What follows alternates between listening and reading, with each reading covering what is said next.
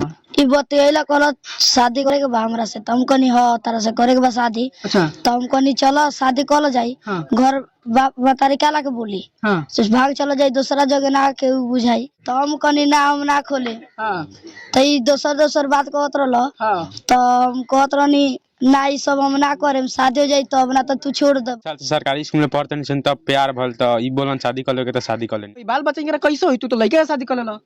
पीछा से होई और कहां से? हां का मगाई बात बतिया तो बताओ तो। कहत रहल चले के ऊखी में। हां ऊखी में कहत रहल फाइट खोले के। अच्छा तो वैसे हम ना इनका से कुछ करत रहनी खनी तो ये शादी करब तो ये सुहागरा तो माना लो ये तो कोरिया बारेन हो। करिया नहीं खा हां बहुत अच्छा हमरा लागेलो इनका से लव कइले रहनी स्मार्ट लगल इनका से हम शादी कर ले। स्कूल में लड़का और लड़के से होता है प्यार तो लड़का ने दोनों भाग कर आ जाता है और इसी मंदिर में दोनों आदमी ने शादी कर लेता है कि आखिर में आप लोग का वो मजबूरी क्या पड़ी कि आप लोग लड़के ने ही शादी कर लिया। क्या नाम है? राजा कुमार। तार का नाम बा? रोहित कुमार। तू शादी कैला है इनकरा से? हाँ। काहेला? ई अच्छा लगल स्मार्ट लगल इनका से हम शादी कर लेनी। कब शादी कैलू है? आज ही अच्छा इनकरा में तारा ऐसा का अच्छा लगल तू शादी कर लेला है? ई स्मार्ट लगल बहुत अच्छा लगल हाँ ई ऐसे करला तो इनका से हम शादी कर लेनी। हाँ ये इतना स्मार्ट बारे कि तू इनके से शादी कर लेला है? हाँ कितना दिन से प्यार रलक है? 2-3 साल से रलक। 2-3 साल से प्यार रलक है? हाँ तू शादी कैला है इनकरा से? हां काहे शादी कैला है? 2-3 साल से सरकारी स्कूल में पढ़ते नहीं तब प्यार भल त ई बोलन शादी कर लोगे तो शादी कर लेनी सब। मैंने सरकारी स्कूल में तनी से प्यार हो गए है 2-3 साल पहले। हां तो ओकरा बाद में मंदिर में आके शादी कर लेला लोग। हां घर के लोग का कहता? घर के लोग खेदा ताटे तो भाग के जाए लेके ना हूं। कैसन प्यार भय रहे तारा? बहुत प्यार कइले रहनी इनका से। कितना प्यार कैले रहला? कइले रहनी 2-3 साल। 2-3 साल से प्यार कैले रहला? हाँ तो अब ओकरा बाद में अब का करे के बा? अब का करे के बा अब शादी तो आज कर लेनी सो। हाँ अब आगे देखो जाई। हाँ तारा लड़की ना मिलल? ना लड़की ना मिलल। तारा ये लड़का मिल गई? हाँ ये हमरा पसंद रहल। आय ये हमरा पसंद रहल। ये पसंद रहला? हाँ हाँ हाँ ये तो कोरिया बारेन हो। करिया नहीं खा हाँ बहुत अच्छा हमरा लागेलो इनका से लव कइले रहनी स्मार्ट लगल इनका से हम शादी कर लेनी। अच्छा स्मार्ट लगलन तो तू लव करके शादी कर लेला? हाँ लड़का वैका होई तारा? आगे देखो जाई। हाँ आगे देखो जाई। तो दूसरो शादी करके बेकरा बा? ना इनके से हम इनके पर रहे। हाँ इनके पर हम रहे। इनके पर रहब? हाँ हाँ हाँ लड़की से शादी नहीं करे के? ना ना करब? ना तो फिर तारा कैसे परिवार बढ़ी आगे? देखो जाई आगे। हाँ हाँ का हो सही बात बा? हां तो तू इनके से तू शादी कर लेला हां तो अब का फिर दूसरा शादी करब लड़की से कि इनके पर रहब? इनके पर है 7 जन्म इनके पर निभावे के बा। 7 जन्म इनके से पर निभाइब? हां आगे के फेरा ले लेबन सन अग्नि के तो 7 जन्म। अग्नि के भी फेरा ले लेबा लोगन? हां तो मैंने 7 जन्म लाई तनी के रिश्ता मतलब बांधा गइली? हां बना मैंने 7 जन्म तक रिश्ता टूटे नहीं के जात? ना। तो फिर तारा लड़का उइका मैंने परिवार बढ़ावेला बाल बच्चों के चाहे नु? हां होके के चाहिए तो आगे चल के देख लेम सन। तो फिर कैसे होई बाल बच्चा इंगरा कैसे होई? तू तो लड़के से शादी कर लेला। पीछा से होई और कहां से? हां पीछा से करल और कहां से करल?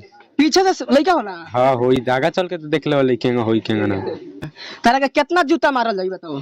गलती तो कइले बानी तो जितना मार ली। माने मार खाए ला भी तू तैयार हो गेल बारो? हां गलती। तू बताओ कि इनकरा में ऐसा का लागल कि तू इनकरा से लव करके शादी कर लेला? ये हमरा बहुत अच्छा लगल। स्कूल में पढ़ते सन संगे जाते नहीं सन खाते नहीं सन एके में एके साथ घूमा फिरा ये सब बहुत अच्छा लगल। नहीं हम लव कर बियाह कर लेनी। घर के लोग कहता कि भाग जा सन तो भाग बियाह ताज के लिए मन सन आगे चल के देखल है खेदा तारा लोग तो कहूँ जाइल जाई। तो फिर इनकरा के कमा के कैसे तू खिएब? हम कमाएम तो कितना साल तार उम्र बा? हमार 15 साल। तार 15 साल? तार कितना उम्र बा हो? 12। तार 12 बा? अभी तो तू जवानो नहीं कबल सही।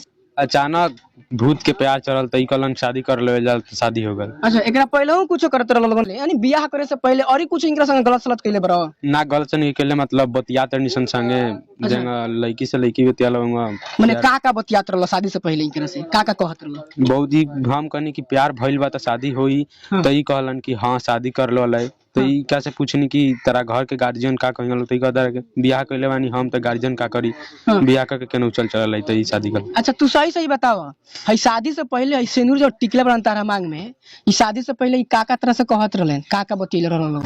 ई बतियला कहल शादी करे के बा हमरा से त हम कहनी ह तारा से करे के बा शादी। अच्छा त हम कहनी चलो शादी कल जाई। हाँ। घर बतारी काला के बोली हाँ से भाग चलो जाई दूसरा जगह ना के बुझाई। हाँ तो ई शादी हम से आके यहाँ कर लेनी हाँ आज ही। शादी के बारे में का बातचीत होत रहे? महंगाई बात होत रहे। महंगाई बात बतियात रहनु ही हाँ का महंगाई बात बतियात रह बताओ तो। कहत रहला चले के ऊखी में, हाँ ऊखी में कहत रहला फाइट खोले के, अच्छा तो हम कनी ना हम ना खोले, हाँ तो ई दोसर बात कहत रहला, हाँ तो हम कहत रहनी ना ई सब हम ना करेम, शादी हो जाई तब, ना तो तू छोड़ देब हमरा के। अच्छा तो वैसे हम ना इनका से कुछो करत रहनी, कनी तो ये शादी करब तो ये सुहागरात तो माना ल जाई। अच्छा हाँ हाँ तो ई मने सब कुछ ताहे से कहत रहलन कि चलो ऊखी में मने ऐसा पाइट कुली खोले वाले के सब कुछ करे के। हाँ तो तू कहला कि माना करला कि ना हम ई सब कुछ ना करें, ना जब ले शादी ना होई तब ले हम कुछ ना करें। ना तो कोई छोड़िए दिया, कोई लड़के पटैले होकबो। अच्छा हाँ मने तेरा शक बा कि नहीं करा पर? शक बा ना। हो सकता कोई लड़कियों रख लो खसी। हाँ, वैसे हाँ? हाँ। हाँ तो अब मने तू शादी कर लेला, अब का चाहत रही स्कूल सब कब होई? अब हो जाएगा। आगा होई? हाँ तो मैंने अब इनके से पूछला ना शादी करे से पहले कि का तू लड़कियों रखे बड़ा कहीं? ना तो पूछा नहीं तो कहता रह नहीं रख ले।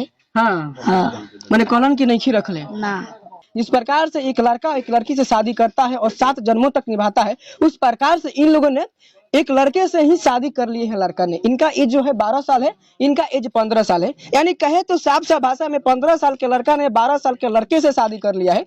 तो बाकी आप लोग इनके बारे में क्या कह रहे हैं कमेंट करके जरूर बताइएगा।